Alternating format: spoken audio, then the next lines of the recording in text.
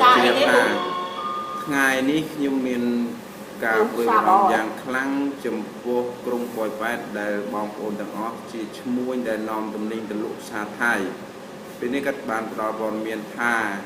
ទំនិញដែលលក់ផ្សារថៃទាំងអស់ដែលយកទៅលក់តិចតួចតែត្រូវសមត្ថកិច្ចថៃចាប់ចង់តាមអំពើចិត្តតែខ្ញុំមើលនៅទង្វើសមត្ថកិច្ចក្រុងប៉ោយប៉ែតទាំងអស់ដែលមានរបស់ថៃចេញមកទាំងអស់សិតតែជាតិគីមីដូចជាបន្លែផ្លែឈើរាប់លានដុល្លារមួយថ្ងៃតាំងពី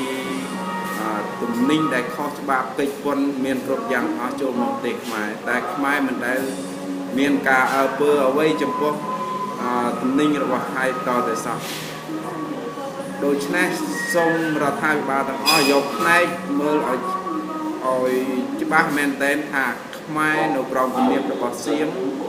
យ៉ាងខ្លាំងដូច្នេះគួរតែកុំឲ្យនាំទំនិញឲ្យចូលស្រុកខ្មែរបានហើយសោះសូមសមត្ថកិច្ចទាំងអស់យកចិត្តទុកដាក់ដើម្បីខ្មែរផងសូមអរគុណសូមជួយ